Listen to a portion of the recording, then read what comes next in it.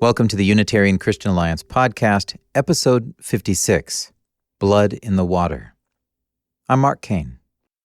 This podcast is usually intended for Unitarian Christians, specifically those who take Scripture quite seriously. In fact, it's Scripture that convicts them of a single God, a He, and another who now sits beside him, the exalted man who overcame and was ushered into his presence. This Messiah, the descendant of David, has been given authority over the nations. That's who we are. And no, this is not Unitarian Universalism. So if you are new, and if you are a Trinitarian just listening in because this sounded interesting, and if you're curious, I'd suggest jumping all the way back to episode 1, the Perilous Trinity Deep Dive. That will frame this up quite well. Then catch episodes 2, 3, and 4 for a fascinating story that flows from episode 1. Anyway, rest assured, us Unitarian Christians are regularly reminded of how we are very wrong. But whether you agree or not, don't worry about it today. That is not the topic. This episode is rated G for general audiences, theologically at least. However, the topic isn't anything like an animated Disney classic. This is serious.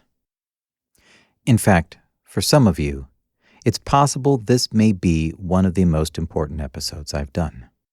Not because it's amazing, or because I've pushed something even larger than a piano out of a New York apartment. It's because it may help protect you from evil. Recall episode 48 with Nathan Moon. At the end, I was compelled to warn you about cybercriminals. Not typical UCA podcast fare, but I received several appreciative notes. It's like people thought that was helpful, caring. Well, yeah. This world is complex and confusing, and wicked people have mastered, and are daily improving upon, the art of using our confusion and fear against us, manipulating us into falling for schemes, giving away our life savings. Evil wants to take from us. Darkness wants to feed on the light and consume it. We look to others to make our lives better. We want the local police to keep our streets safe. We want the government to pass laws and make what we don't like illegal. We want our pastor to study hard and tell us what to believe because they're more educated and accountable, right? Well, more so than us. We love that our Google email filters the spam for us. And Facebook, it filters our news for us. Fact checkers filter away the lies from us. Our colleges have filtered away disturbing ideas. Wealth, technology, and opulence has birthed a generation that craves safety. Others must do things for our benefit. And if they don't do it well enough, well, maybe we'll sue for our mental anguish. Here's a harsh reality.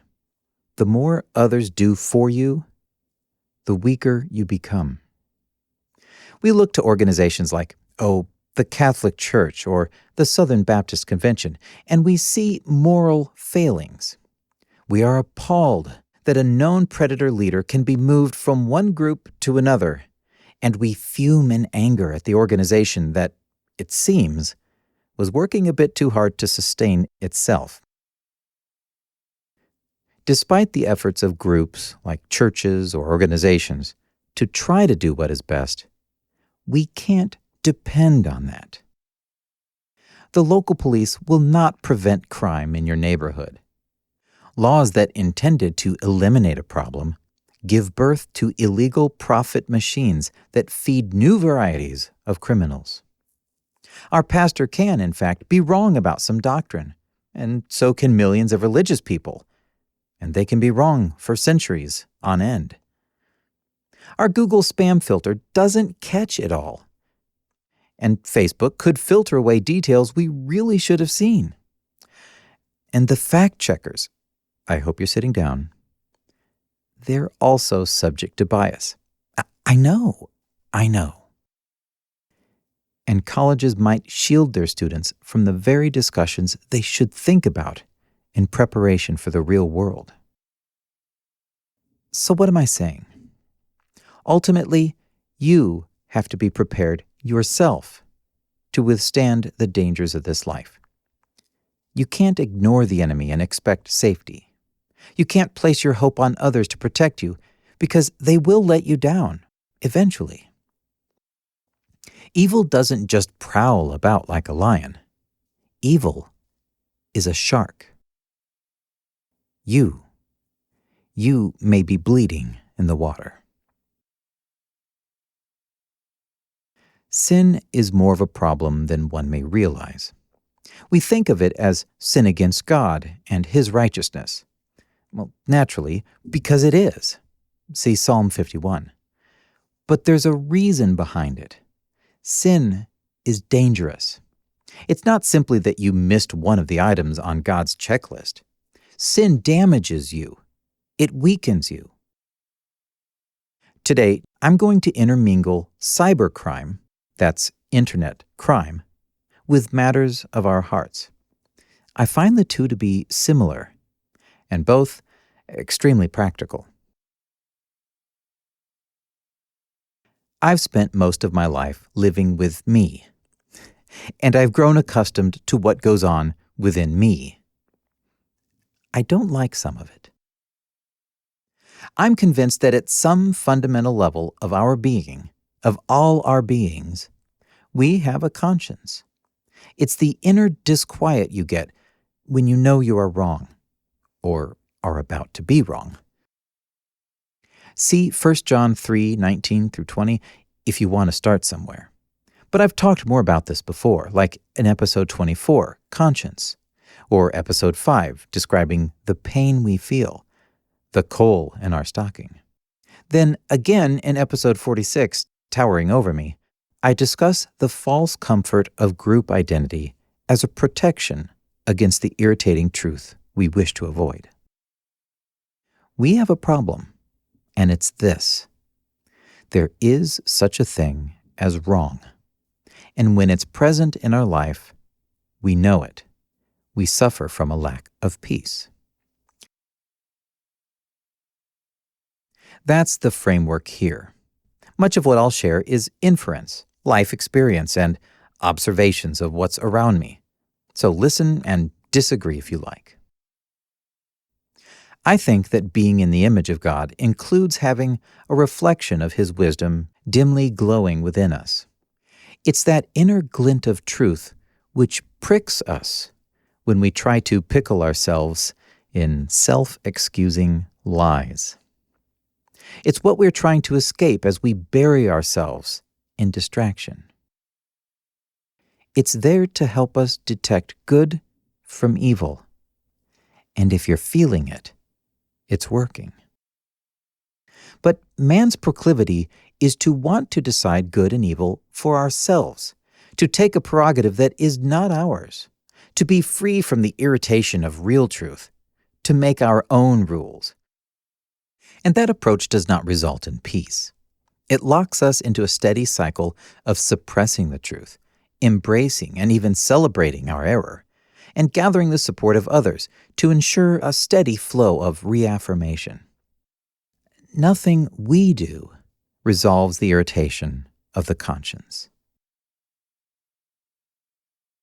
What we have now is a generation or two of people who have been raised on their own godhood. The ridiculous idea that there is something higher than us, some ultimate good, some measure of truth that is beyond our own feelings, that foolishness has been swept away at every opportunity. Now we feed our children self-esteem platitudes about being whatever you want to be, and that truth is what you feel it is. Worse, we adults obligate each other to go along with it, to embrace whatever the children say and feel. It's considered hateful to suggest something may be wrong, because there really isn't such a thing as wrong. Well, except for you. It's narcissism, and it's being burnt into their souls from early childhood. Shocker of shockers, the results have not been good. Is it the only contributor to what ails our privileged society? Oh, no, there are many problems. But there, at the very foundation of all that troubles humanity, is the desire to take for ourselves the reins of right and wrong. We've found our solution to the problem of not having inner peace. We've found it externally. Our salvation is drawn from this world, suckled from the distractions of relationships, politics, protests, group identity, religion, whatever works. It's because we have opted for salvation from the truth, not salvation by the truth. We've broken ourselves, and we're bleeding out puddles of need. We need to be involved in something.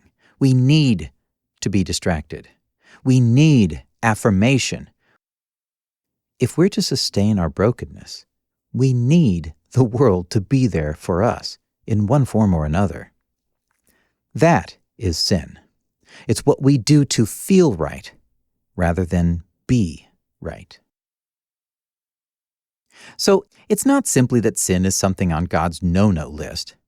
It's that sin is the pursuit of a life which actively replaces God's design with the trinkets and whiz-bangs and whoop-de-doos of the world.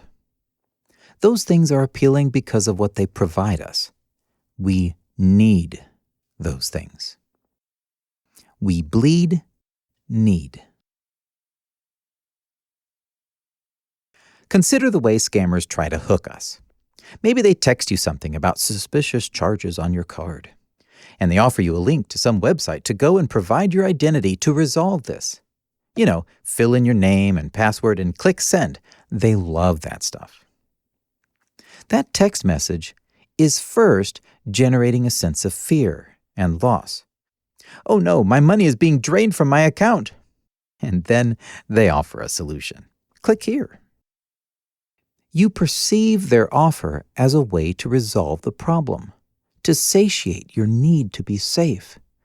It's going to fix it, so you need to click it. Exactly. The scam doesn't work if it can't generate a need within you. This is very important, and yeah, it's a bit obvious. If you have a strong need, you will gravitate to whatever promises to fill that need. If your life is broken, if you were abused, if you're living with regrets, if you've not found the true peace of repentance and healing, then you are living with a need for external fulfillment. You need distraction, something, anything. That need is blood in the water. Pause and consider the remarkable shielding power of true contentment. Paul had learned to be content with plenty or with little, Philippeans 4:12. This means he was not yearning for fulfillment. He was not grasping for pleasures or for relief. The result? His enemies found no foothold. They had no leverage against him. He was not a tasty morsel to the wicked who walked in his midst. Instead, he was toxic to their evil. Here's where this gets uncomfortable. People who are broken become needy. More broken, more need. Need cries out to be exploited. You don't exploit someone who is content. You have to have a soft spot, a weakness, a gap in the armor. Evil feeds on broken people's needs.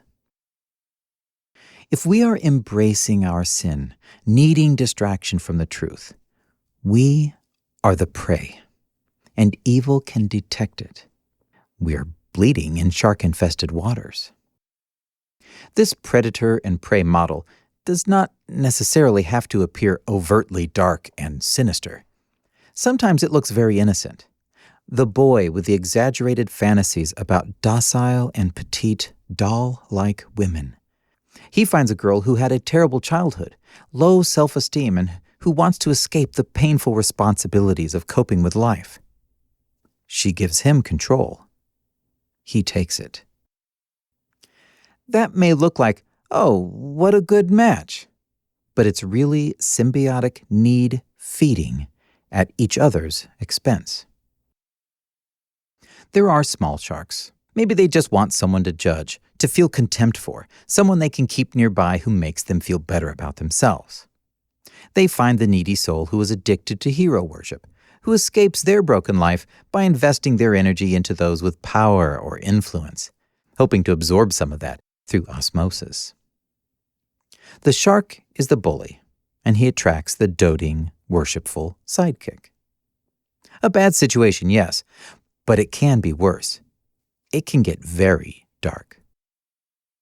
The child sex trade is a feeding hole for the most wicked of predators. They feed on the runaways, the lost, the drug addicted. These kids are hemorrhaging need. They are easy targets. They get consumed and then spit out when done. I can sense this in myself. I can sometimes see opportunities to benefit from others' needs. There's an abundance of broken and needy people. A shocking percentage of women have been sexually abused. The damage that this can do is profound, especially if they've not had counter-influences in their life, examples of selfless love and care. So, I've experienced this. I've had interactions with people in whom I can palpably sense the desperation of need. It's scary. A darkness slithers up to see if I'm interested, to test me. Ooh, just look at the opportunity. It's honestly unnerving that evil and darkness can be this real, crouching right there, ready for action. If I've experienced that, and I can see it for what it is and recoil from it, just imagine how it is for the predators who live for the thrill of the hunt. The broken soul oozing the need for approval and attention meets the broken soul oozing the need for control and power and gratification. It's a match made in hell. The sharks have keen senses. They know need when they smell it. If you experience needs like I'm describing here, consider it a warning bell. Your heart is struggling, and your pride is on the hunt for a way to placate it, to silence it. Your need will attract those who benefit from your need. And rest assured, there are darkened souls ready to come to your rescue. I'm convinced that sin is whatever we engage in as a counterfeit to true inner peace. If our heart is not at rest, we can find ways to forget about it and push it away. Sin does this for us, but the effect is temporary, so it must be repeated, a lifelong commitment. I don't know what background you have. Some circles downplay sin, like if you've already prayed the prayer, then you're good regardless. Some take every opportunity to point it out, especially in others. Some have cleverly redefined sin to mean something you do that makes me feel bad. Yeah, that's a hot mess that is quite popular today. And we'll be paying the price for that monstrosity for years to come. Sin is a problem because of what it does to you. It umbilicals you to the stimulation and gratification of the world as a pitiful substitute for peace. And more specifically, it cuts a wound which bleeds for the sharks. It weakens you and slows you, making you a prime target for the lions which circle the herd. Please, don't take sin lightly. I tell you this to harden you against danger. Yes, hoping that others have your back and are looking out for you, it has its place. But depending on that just makes you more unprepared for when the attacks come. Awareness is a defense. It's similar to cybersecurity. Individuals, organized crime, There are people thinking of ways to steal from you and harm you every day. And they're taking advantage of the rapid changes in technology, changes that many of us really struggle with. We have the capacity to harden ourselves against these people, but it can inconvenience us some. Like using the same password everywhere is pretty handy. But you have to know that this is exposing you to great risk. If your ESPN sports account is hacked and they discover your password and they log into your bank with it and it works, well, you were bleeding in the water and the sharks came. There are things you can do in your spiritual life and in your internet life to ward off the predators. If you choose not to do those things, and you certainly can ignore this advice, just know what can come. These are shark-infested waters. You enter at your own risk. But sadly, it won't just be you who gets hurt. When you lose thousands of dollars because the nice man on the phone seemed legitimate, he knew all about you, and really was trying to help you, and you were one of those who favored convenience in your online activity, one maybe kind of simple password used everywhere, well, you reaped the harvest. If you have some favorite sins, know that they are exposing you. They are nurturing the need to be satisfied, and darkness will take every opportunity it can. Your gambling addiction keeps the door open for the next thrill, one that may be too enticing for you to resist, and you lose. Your pornography addiction sensitizes you to sexual allure. Thus, some relationships grow more tempting, while others become dull. Families pay the price. Your use of food to drown your pain creates a cycle of increasing hunger. The food becomes a form of salvation. Your health fails, and those around you suffer. Truth is a defense. God's word is a light that keeps you from stumbling. Real peace is a powerful barrier. Thus, your contentment immunizes you to the predator. So when you notice that your heart is not at rest, and you choose to face the truth instead of running from it, then God's plan for humanity to live at peace with the Creator, that plan starts to manifest in you. You harden yourself against evil. Now it's time to get practical. As long as there are opportunities for evil, someone will attempt it. So here's some advice, some tips. It's not an exhaustive list, but I think you can take something from it and prevent something very unfortunate in your future. The first batch are tips for you, how you live and what you do. Then there are tips on what to watch out for. So first, have friends who have little to gain from your friendship. These are your reality checks. As your friend, you share your life with them, but since they aren't using you, they can afford to be honest with you. They don't need your friendship, so they are more likely to be objective. These are the folks who will stop you. Wait, you're doing what with who? Tell me more about her. So stay connected with people who care about you, but who don't have demands. Like, if you can't make it to their party, they won't guilt you. If you say no to them, they're fine. They can handle it. Let's call these low-maintenance friends. If you notice a friend has some odd proclivity or an obsession, and you seem to play a role in it, then this isn't one of those friends. Next, find a low-maintenance friend who is not part of your faith community. You can't afford to live entirely in a bubble. Faith communities that isolate can become breeding grounds for evil. Leaders can achieve levels of authority that are unhealthy. And in that power, discover the slithering dark opportunities to feed on the innocent. And in these communities, when you think something may be wrong, and your only friends are those who are just as caught up in the movement as you, well, objectivity is lost, and you start doubting yourself. Your uneasiness looks like doubt or unbelief to everyone around you, and so, to maintain your place in the community, you are manipulated back into compliance. You go along with it. It's insidious. But look at the history of cults. Look at the ample examples of abuse within religious circles. This happens because people lose touch with reality and objectivity.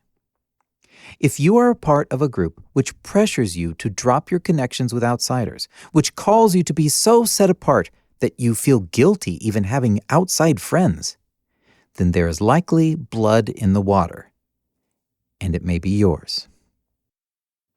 Your isolation increases your prey profile. That's P-R-E-Y. You are increasing your chances of being victimized. Not that you will be, but that you are now an easier target. Not knowing this makes you an even easier target. So, now you know. Oh, your low-maintenance friend from outside your community may be a Christian, just from another group. That works. But they don't have to be. In fact, if you have someone you regularly visit and you share with, and they aren't even a believer, that's okay too. Why? Well, these people are likely to be critical of your spiritual journey. They are likely to raise an eyebrow at what you are up to. They may be just the pushback you need to stop and consider if you're in a healthy group. Again, you may not find any sympathetic ear from within your faith community. They may all be drinking the Kool-Aid. So this interaction with an outsider will challenge you some. And this is good. You need to be objective. They can help. If your faith is real, it will survive the critiques of an outsider. In fact, it can flourish. Now, if you're thinking, oh, I can see the value of having a friend who is like this, but I wouldn't talk about what we do in church, and, they wouldn't understand, or it would be awkward. Listen, if you're in a group that has practices that you'd be embarrassed to talk about to anyone but your own group, that is a sign that there may be problems. If your group has secrets and you have agreed to keeping them secret, you are a willing pawn of a potentially dangerous situation. You are being groomed into compliance and silence. Convince me that a shark would not find you a delightful and opportunistic morsel upon which to feed. 'Cause he would. This next tip has been popular for years. Question authority. There is a degree of authority within a community of faith, trusted and caring shepherds and elders who want what is best for you. But it is appropriate to question it. Their authority is not, or should not, be granted to them because of their title, or their position, or their age, or their sex. It's not because a majority of people like them or voted for them. It's because of their character and their faith. The people recognized this about Jesus. He had an authority that was not because of how he dressed, or who he knew, or having starred in a movie. His authority wasn't because of his family name. He didn't usurp authority by winning a battle or defeating an enemy. He didn't have authority because of his business skills, or because he owned a majority position in a successful company. He didn't have authority because of his wealth or his education. We seem so eager to look up to people and respect their opinions, but for the thinnest of reasons. We are prone to hero worship. Looking outside of ourselves, dumping our energy into someone else, it's a way to escape the problems of our life. It's sin. Learn to have some objective skepticism. Test, challenge, question. You want the authority figures in your life to be there because they are worthy of that position in your life.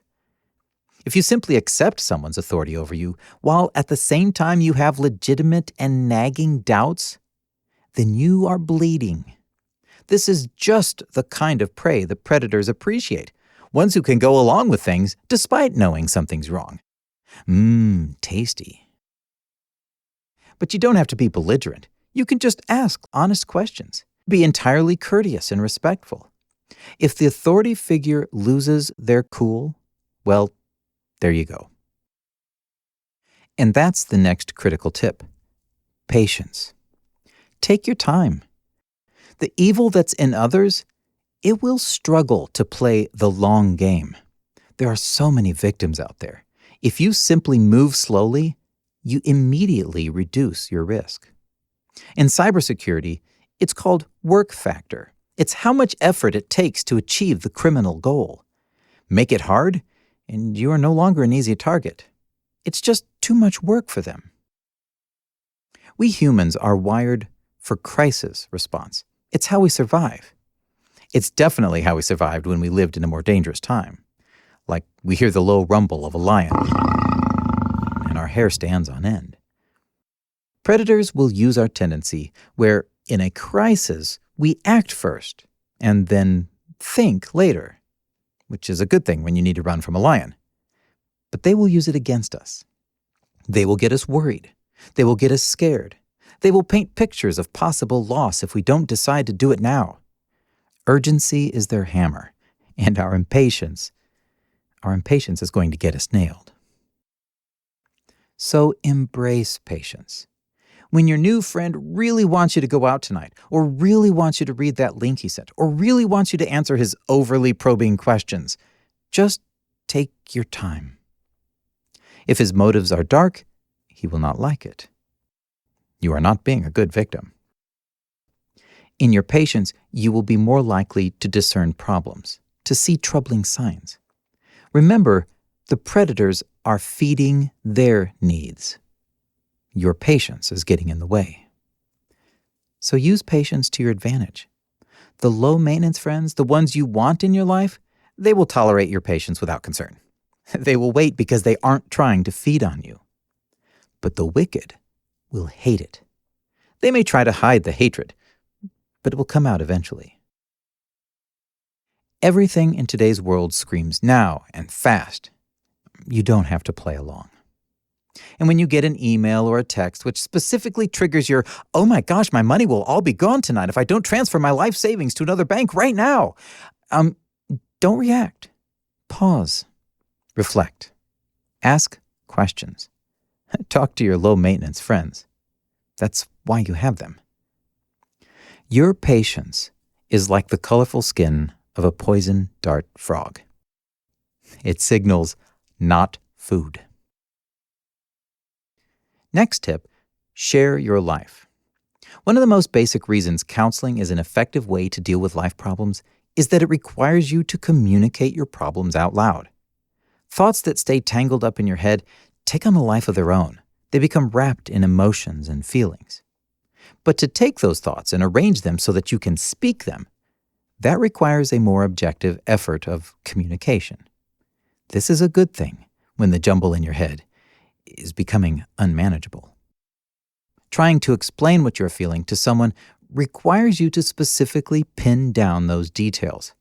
The words that come out are then disconnected and set loose into the air.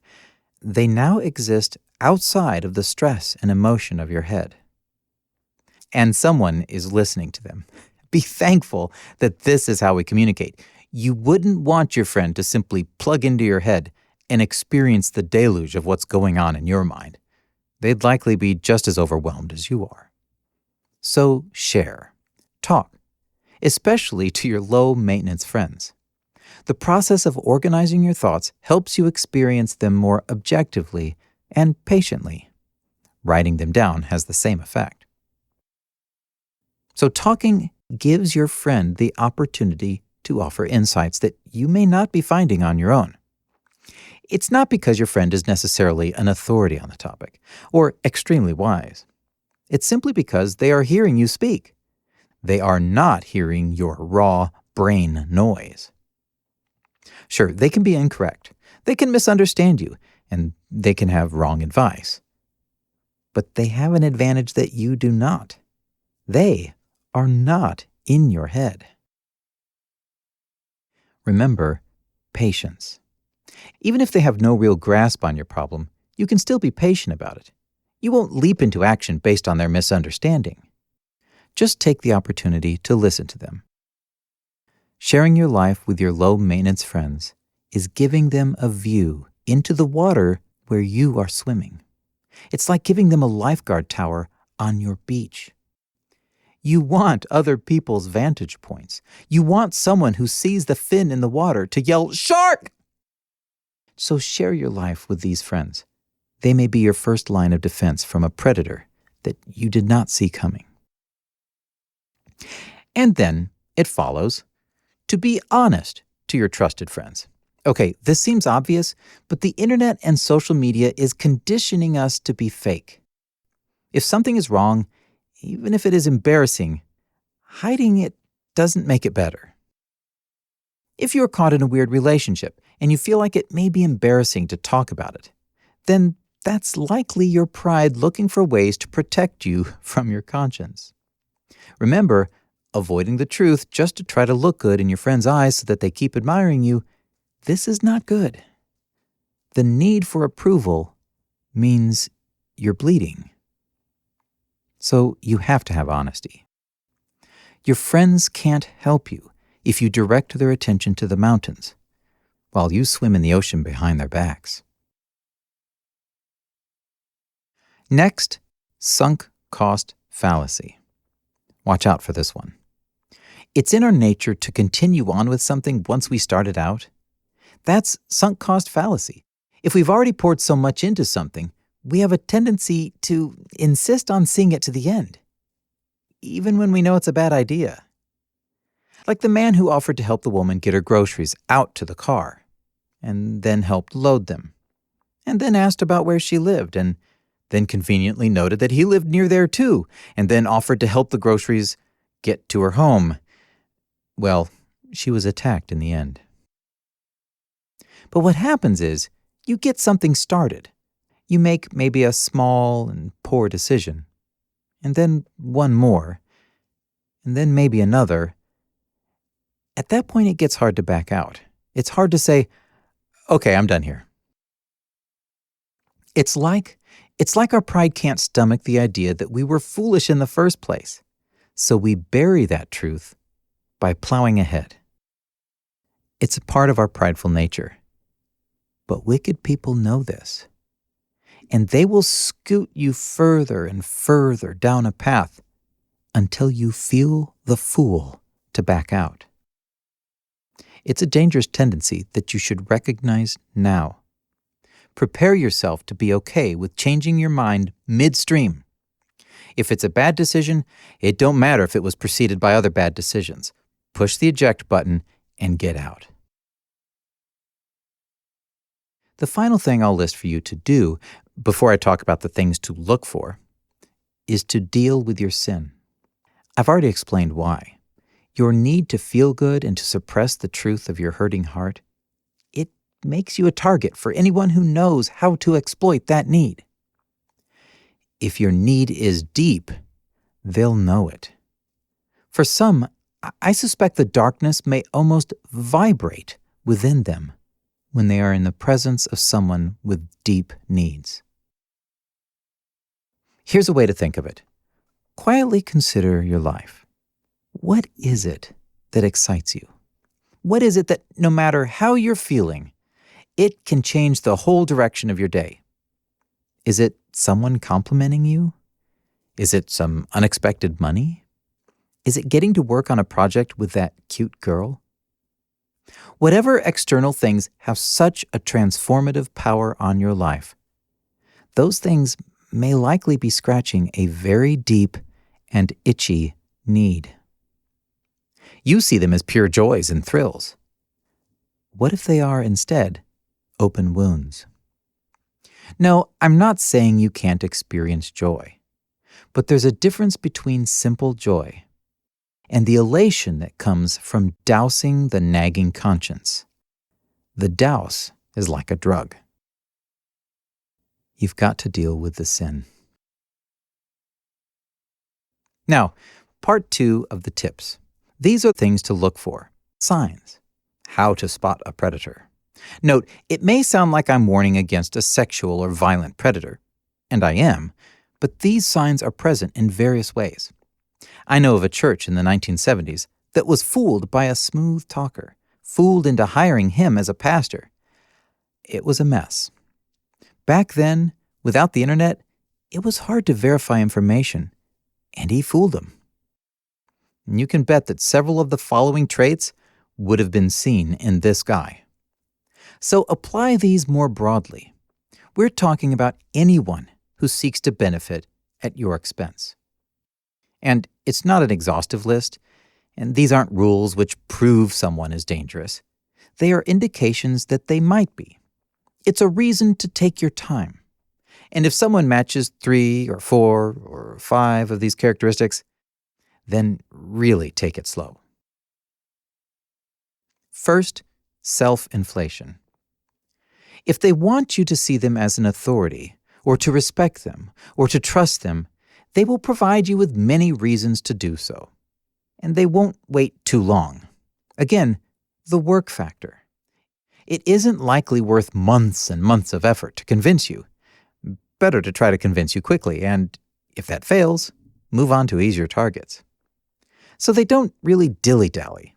You'll soon learn about their noble deeds and valiant exploits and their credentials. Normal friends may let you discover that over months and years. The sharks don't want to wait that long, so they just have to tell you all you need to know so that you can get right to the trusting them part. Granted, some people do have noble exploits and awesome credentials. That's fine. The issue is the use of those to push you into trusting them. Next, watch for those who are headstrong and stubborn. If they are being driven by their neediness to take from others, if they need to feed, then they have a clear goal and a hunger that wants to be satisfied. They can be very stubborn, aggressively so. This manifests as impatience with your delays, with badgering, and difficulty in accepting no as an answer. Note, there are headstrong people out there who are just simply stubborn. It's their disposition, and they are not sharks. I think the best way to filter them out is with patience and time.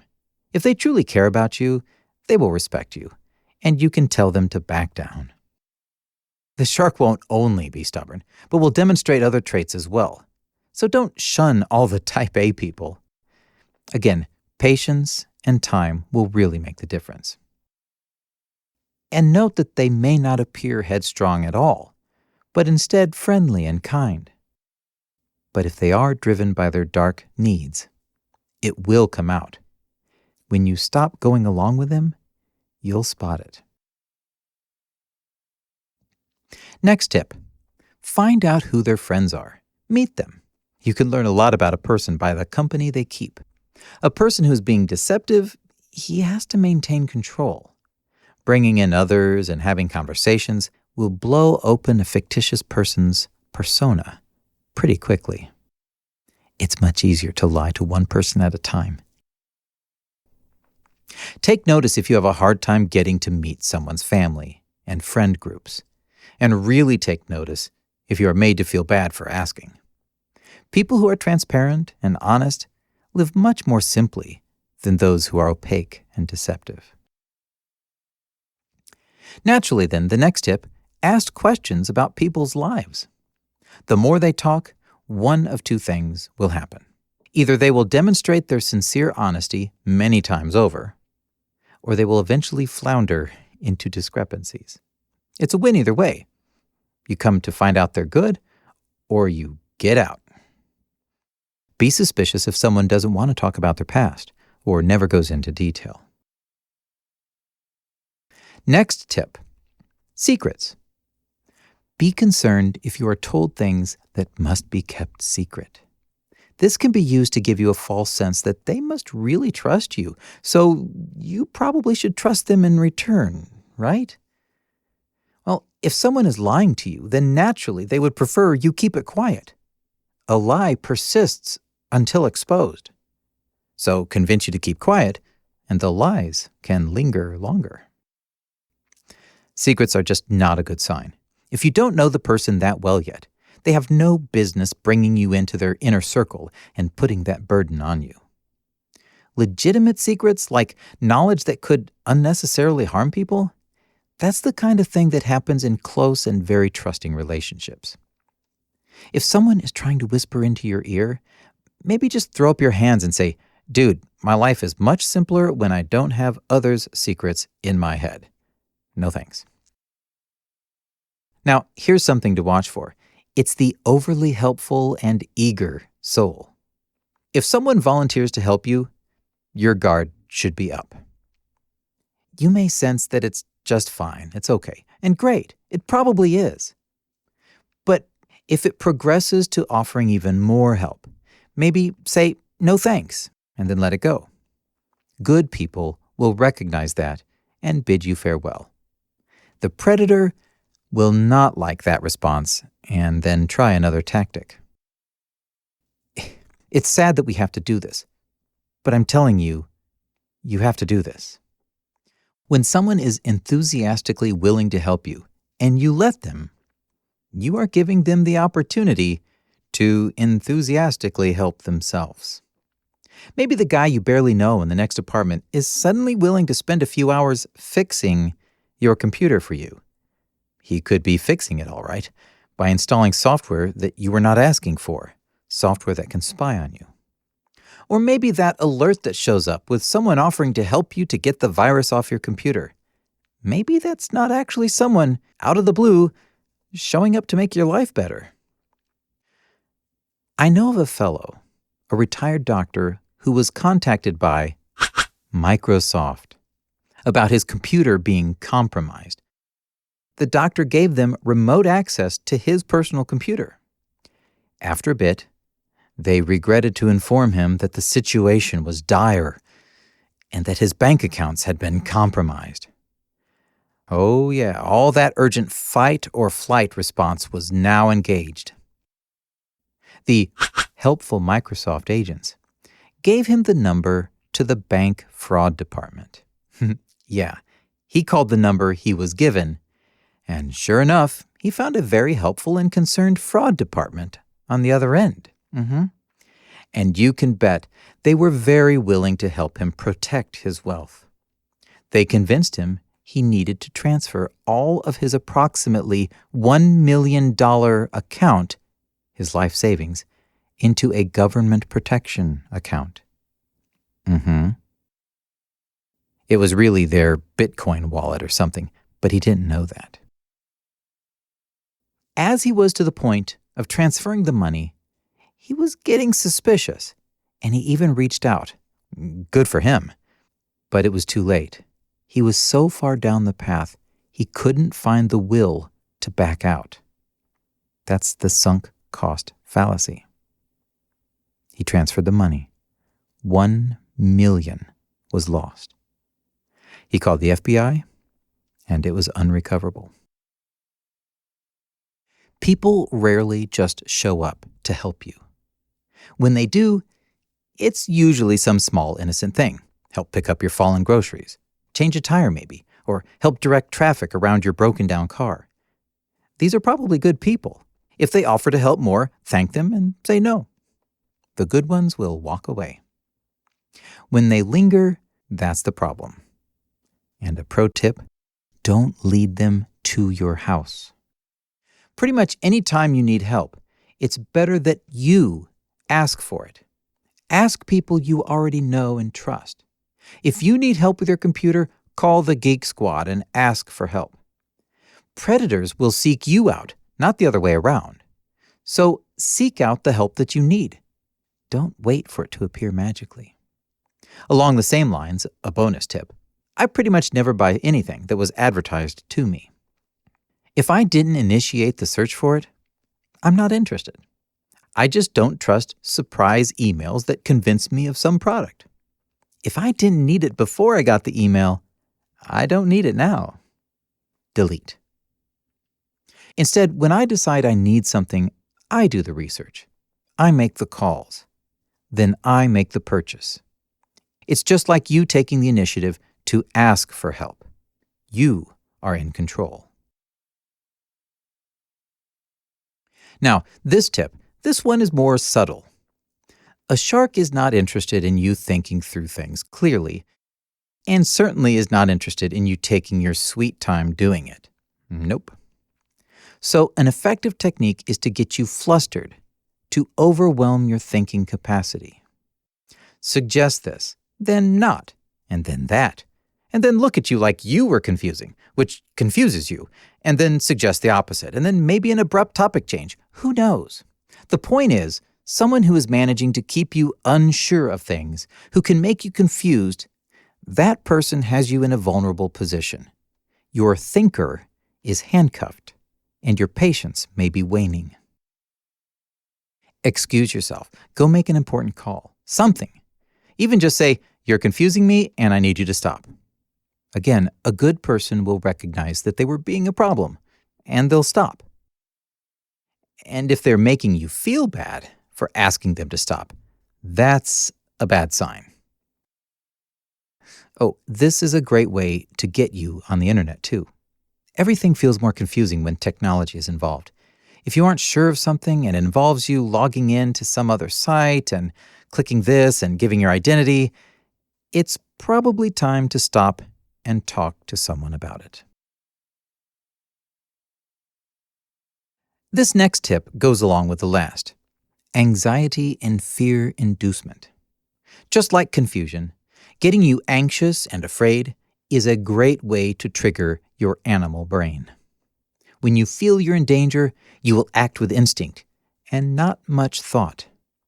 If someone seems to prod you into a sense of urgency, like, "You better do this now," then it's time to engage your patience and slow down. Same goes for emails that make you want to do something about it right now. There's a reason criminal spammers do that. It's because we fall for it. Now, this next tip, it's specific to Christians. You've heard of virtue signaling. It's when someone presents their moral stance publicly so that others believe they are of good character. It's easy to do on the internet, and there are a remarkable number of noble and good people on Instagram. Righteousness signaling, my own phrase, it's much like that. It's like virtue signaling, but with faith. If you are a shark seeking Christian prey, it just doesn't work if they think you are steeped in sin. So you need to make sure they see the opposite. Now, righteousness signaling can be relatively mild, like name-dropping of beloved Christian leaders. "Oh, you listen to so-and-so too? Oh, yes, isn't he on point?" It could be bragging about one's massive library of Christian authors, or wearing your Christian t-shirts, or a "What Would Jesus Do" bracelet. These aren't giant red flags, but they do kind of add up if you think something else may be going on. But then there's serious signaling, like calling out sins, especially sins that are popular in today's culture. Bonus points if being vocal about a sin earns them online persecution. That's very righteous. Then be mindful of someone's eager willingness to pronounce judgment on others. Nothing says, "I have gotten my life straightened out," like having the courage to name and list all the moral failings of others. And do note, if someone has a preferred sin to condemn, like if your pastor speaks against one particular sin every other Sunday, well, if a leader struggles with a certain sin, then it's a given that he's not quite at rest, not content. The conscience doesn't just let it go. So one method to drive it away is compensation. Do you struggle with sin number 317 from the Official Sin Classification Field Guide, 4th edition? Well, then speak out against it, frequently. How can you possibly be truly guilty for that sin if you do so much work to drive it out of your church, right? All of these are things people will do to try and make sure they are seen as righteous in other people's eyes. Am I saying one shouldn't speak out about sin? No. I'm saying that the practice can be used, along with other techniques, to lull you into a sense of trust and respect for their exceptional spiritual excellence. It could be a symptom of a problem, so just be careful. That's just a sampling of things to look for, but you get the idea. If I had to boil it down to the 4 most important points, it'd be this. 1. The sin in your life weakens you to predators, so spend some humbling time in the closet. Work on this with God. 2. Have a few low-maintenance friends in your life and stay connected. Share your life. Listen when they raise an alarm, when they think something may be wrong. 3. Practice patience. It's no fun for predators, and it affords you clarity of mind. It's amazing. 4. Recognize that there are people who don't think like you. They will hurt others, and possibly you. Know some of the techniques that they use to expose your soft underbelly, techniques that make you vulnerable. Just one more note, and now I'm specifically talking to us Unitarian Christians. We often feel very isolated, unwelcomed in many gatherings. It's why the UCA exists. See episode 1. But being isolated is potentially a problem. The lack of connection can be itself a wound, one that festers and grows. It hurts to have no one around. If that has become a need in your life, like a real need, you should know that it can be used against you. Your eagerness to fellowship can cause you to drop your guard, to tolerate some questionable things simply for the joy of hanging out together. Clearly, you should seek out others and build communities. That's where the real work of growing and maturing in faith happens, not through podcasts or Facebook groups. But if you recognize that your need for fellowship is pronounced, then it's incumbent upon you to not let your guard down. You should pay more attention. If someone nefarious detects that need, they may be just more than happy to offer you what you want. Know that there is a weakness present when you desperately want to not be alone. It's like if you realize using the same password everywhere is a bad idea, but you haven't fixed it yet, it's in your best interest to recognize that you are much more likely to be victimized. You can acknowledge that this increases your vulnerability. Someone could have discovered your email password, and they may have logged into your email account months ago, watched every email you send and receive, and every old email still lying around in your inbox. They could know all sorts of things about you. You need to know that this is a possibility. An online predator like this will know what things to say when they call you. I mean, clearly they are from the bank, because how else would they know about my 2 bank accounts, right? Let me assure you, they can know that stuff if they are reading your email. The dark sophistication of these people is amazing. And deciding to not increase your email security, it exposes you. If you don't choose to change your email password and make it unique for your email, and if you decide 2-factor authentication is just too much trouble, well, then simply recognize that you may be attracting danger. Be prepared.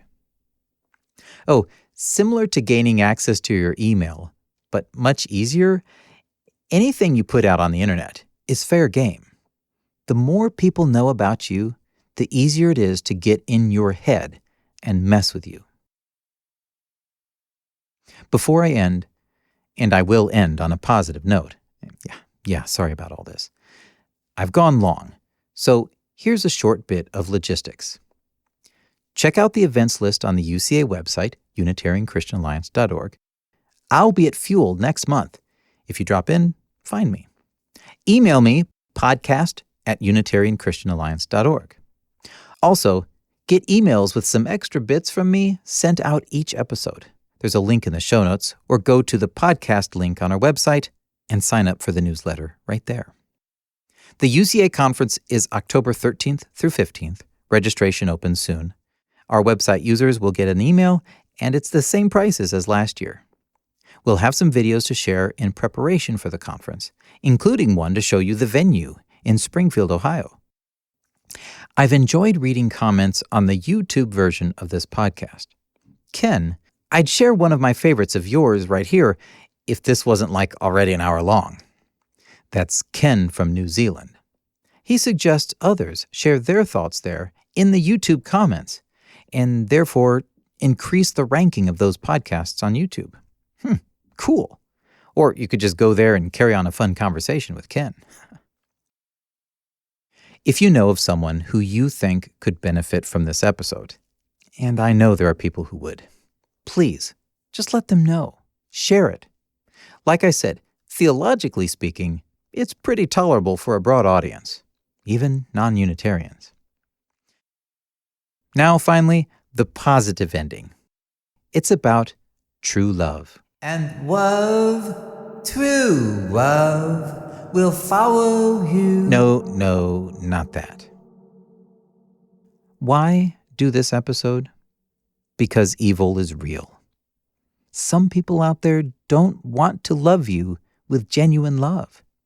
They want to use you in ways that conveniently satisfy your needs and therefore can make you feel good and think it's love. Right? You're needy one moment for whatever, and then you're satisfied the next. Is that not love? Surely it's love. True love is selfless and giving, even to the point of death. It does not lash out and belittle you. It doesn't manipulate and confuse you. True love will actually be uneasy with your needs. It will recognize them as a problem, not an opportunity. True love wants what is best for you, even at its own expense. If someone gets overly selfish with you, demanding your every moment or needing your approval or whatever, it doesn't immediately mean they are a dangerous predator. But it does mean you have recognized a problem. So be patient with others. Be discerning. The light that is in you, that illuminates your path, they can see it. And when you don't participate in their need, you offer them a glimpse of something better. May God bless you in your truth pursuits. I hope this podcast serves you well. Oh, multi-factor authentication is when you use not just a password, but something else, like your cell phone. So if someone tries to log in as you to your email, they'll need to have your cell phone too, which is tricky to do if they are working from the secret cybercrime bunker in Antarctica. You can read more about it online or ask your kids or neighbors. I strongly suggest that you turn it on for email, bank accounts, and any social media sites you use.